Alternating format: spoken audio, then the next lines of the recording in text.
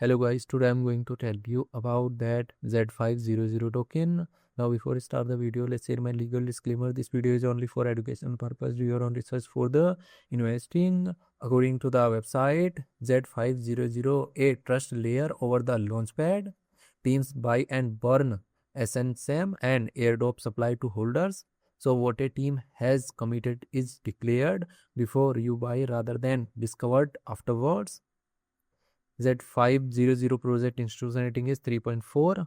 Z500 token total supply is 997.97 million and circulating supply is also 997.97 million Z500 token. Z500 token is listed on KCX, Meteor IBD and other exchanges.